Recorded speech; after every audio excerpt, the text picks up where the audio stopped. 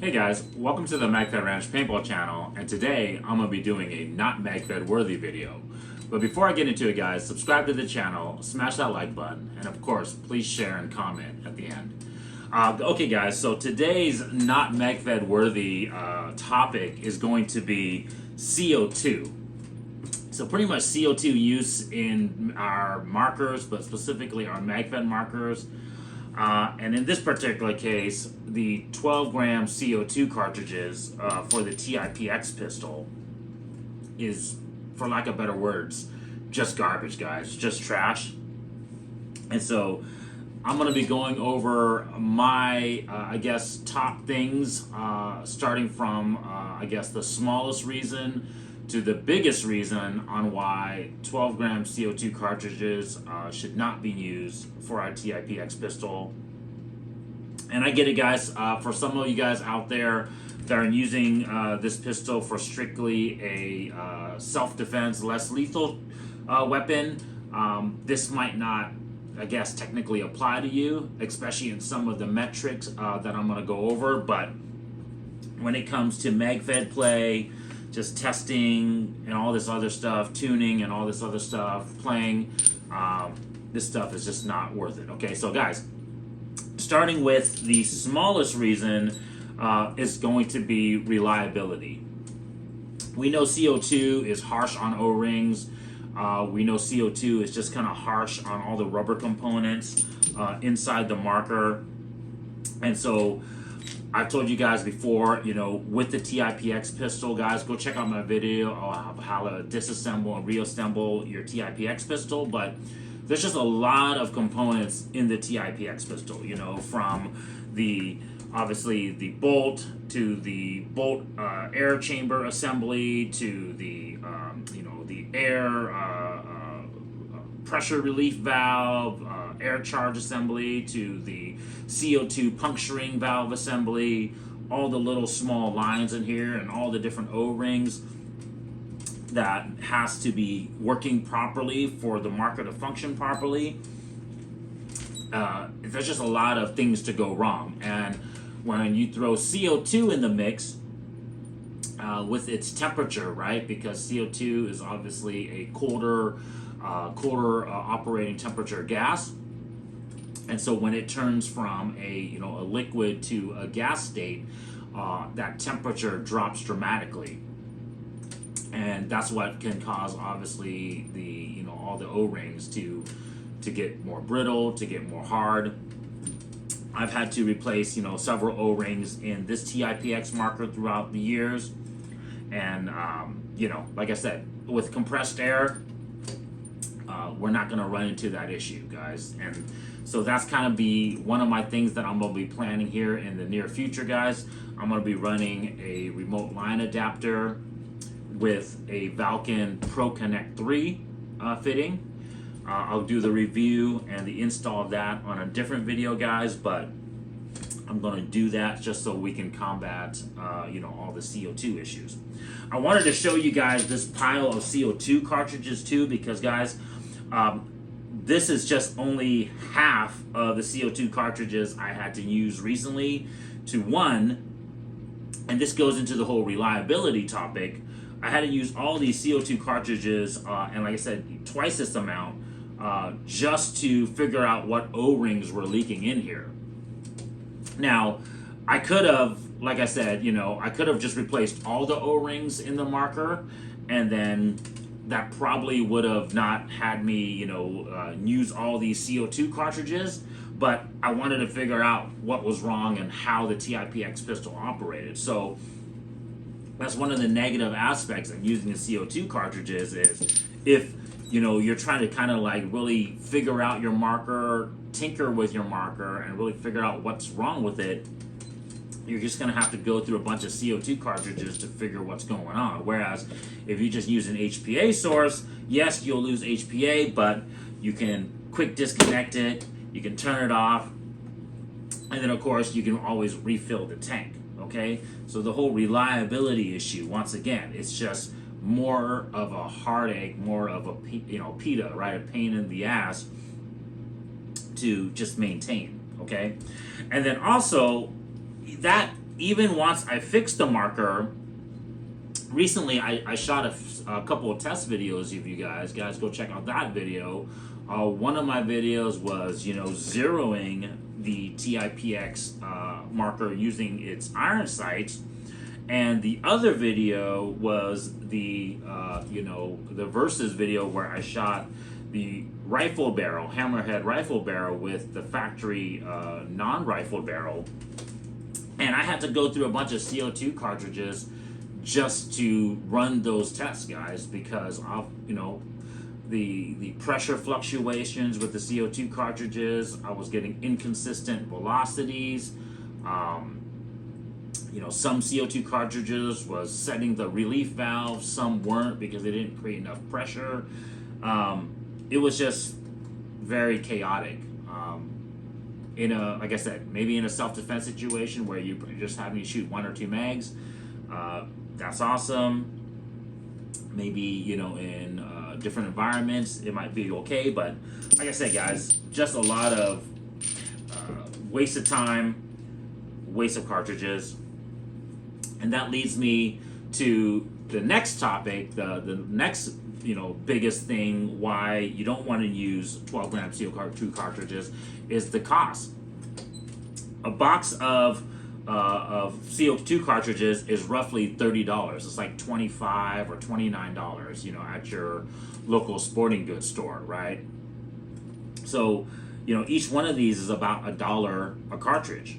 And when you're having to go through one just every time you're trying to test the marker, every time you're trying to figure out what O-ring it is, it can add up fast. Like I said, I've had to use 20 of these cartridges just to figure out the O2 leaks and just do those 2 test videos for you guys. So that's 20 something bucks, $30 right there that I just wasted. Whereas if I had just used the HPA, I could have pretty much done that quote unquote for free. And just recharge my compressed air tank, okay?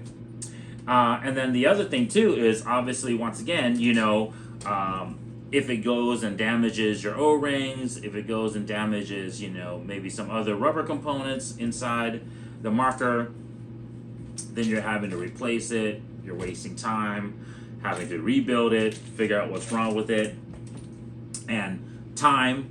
As always, guys, anybody that's old like myself that's out there, time is money, right? You don't want to waste time. That costs you money as well too, just having to figure it out and trying to tinker with it, okay? So cost is a really huge thing. I think in the long run, I've told you guys in another video, the top 5 things I hate about the TIPX marker, I believe. That the cost of obviously adding an air tank with the remote line and the remote line adapter, is going to run you about $150 to approximately $200. But in the long run, if you're wasting, $20, $30 of CO2 cartridges all the time, you're testing and playing with a marker, it's going to add up pretty quick. So the HPA is definitely going to save you money in the long run. Okay. All right, next topic, and that kind of like segues to just obviously the use of CO2 cartridges too, is performance, guys. The performance is really where it's a huge detriment to this marker. Watch those videos, guys, but in that video, my FPS was so inconsistent. I would, set this marker, right? I would set the velocity to the right velocity, or at least what I thought was the right velocity in that video, and it was usually around 280 feet per second, but it bounces around quite a bit. But even when it was supposedly correct, it was around 275 to 285 feet per second. But it would get so inconsistent from one shot, one magazine to another. You guys saw in that video, sometimes it would bump up to 325. Sometimes it would settle right at 304. Sometimes it would be, right at 250 even. So just that FPS fluctuation obviously caused, going back to the previous metric, a lot of performance issues, right? So, yeah, performance, right? That's the huge thing that you're lacking when you're using the 12 gram CO2 cartridges, right? And so I am going to just say, moving forward, if you guys are planning to play with this marker in a paintball, Magfed, shoot, even just your normal gameplay, I personally can just say, don't use the CO2 cartridge from the get-go. And that sucks, guys, because that goes back to cost, right? Now you're having to just say, hey, I'm not going to use the CO2 cartridges in the beginning. I'm just going to go straight to HPA, use the remote line. So think about, these markers are $300 to $350 now retail. You have to add another $150 to $200 for the remote line setup. This thing is approaching $500. You're well above the cost of an M17 at that point. You're really getting close to the cost of a freaking T15, and you're not too far away from the cost of an EMF 100. And all those markers have first strike capability right out the box, better mag capacity.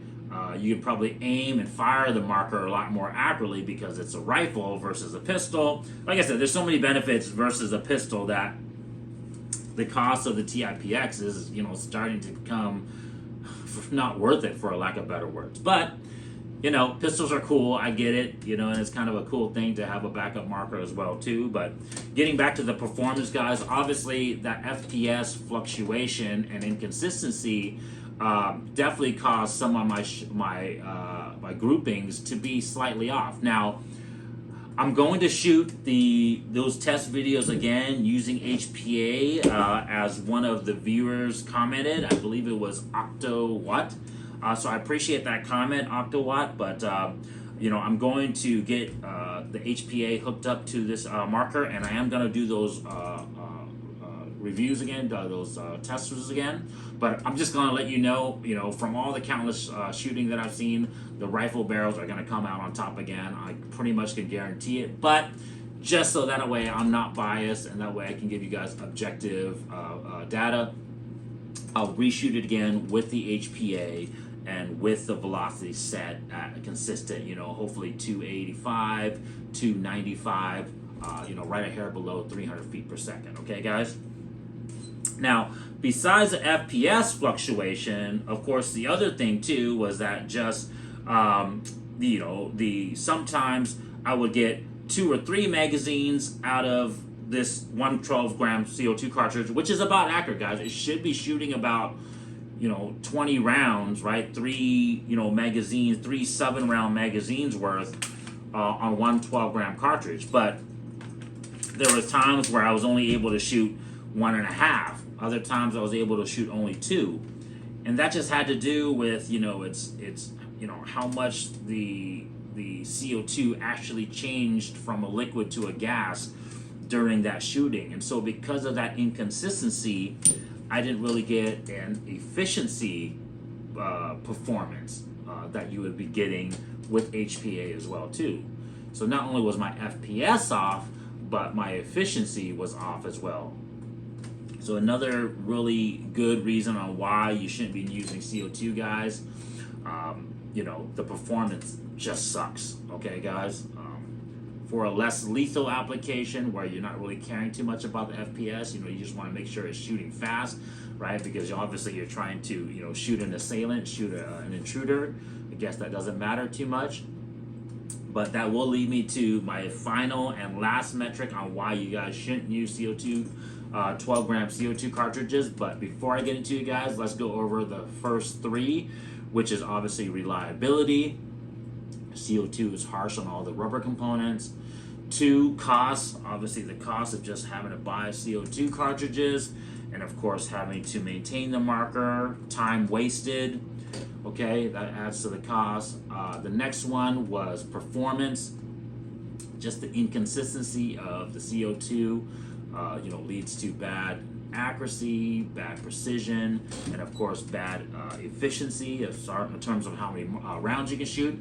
And lastly, guys, but not the definitely not the least, and it's a huge reason why I think we shouldn't use 12 gram cartridges, and why I would probably say it should be banned for use, And if if I was running a field, I would probably ban it, and that is the safety, guys. Because of the inconsistencies of the CO2, as you guys saw on those tests, even though I had the marker set at 270, 280, there was plenty of shots that went above 300 feet per second. Some shots were 304, some shots were 315, some shots were 320, some were 325, right? But there was a lot of shots, and don't get me wrong, there was a lot of shots that was right around 270 to 280 as well. But the fact that you have half the shots going over 300 and the other half of the shots in the correct feet per second, that's a huge safety concern, right? And and when we're trying to promote paintball, and we're specifically, you guys know me here, I'm trying to promote Magfed first strike playing paintball. The last thing we need is having a marker system that's going to shoot over 300 feet per second and potentially injure somebody, or of course just have the perception of hurting more, right? And so that's going to maybe steer some people away of wanting to play the game because it hurts more. Okay, I get it. I'm a big boy. If I got shot with something, I've been in plenty of big games where I know the feet per second wasn't tested. A lot of people, obviously doctor their paintballs as well too, freeze them or whatever. I've heard them all.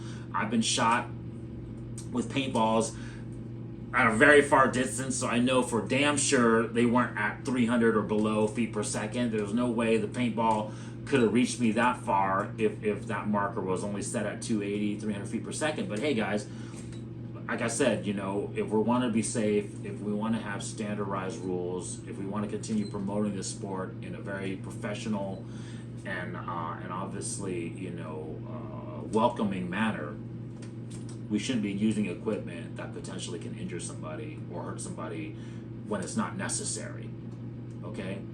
Play by the rules, play safe, safety first. We all want to enjoy the game, want to have a good time. We want to be fair too. That's the other thing too, right? Don't want to have someone shooting 320 feet per second while everyone else is only shooting 280, 290 like they're supposed to, right? It's going to obviously lead to performance differences that we should be trying to promote fair gameplay. Okay, guys? So to me, guys, that's the biggest reason. Safety, 12-gram cartridges, trash. I'm getting rid of it on my TIPX pistol marker. I suggest everyone else out there that's still using CO2 to get rid of it as well. I know it obviously adds to a cost, but I think we should promote safe gameplay and consistent gameplay. Hey guys, what is your thoughts? Agree, disagree? But if you like this video, subscribe, hit that like button, and yeah, let's share and comment, and let's see what people think about that out there. Check you guys next time. Peace.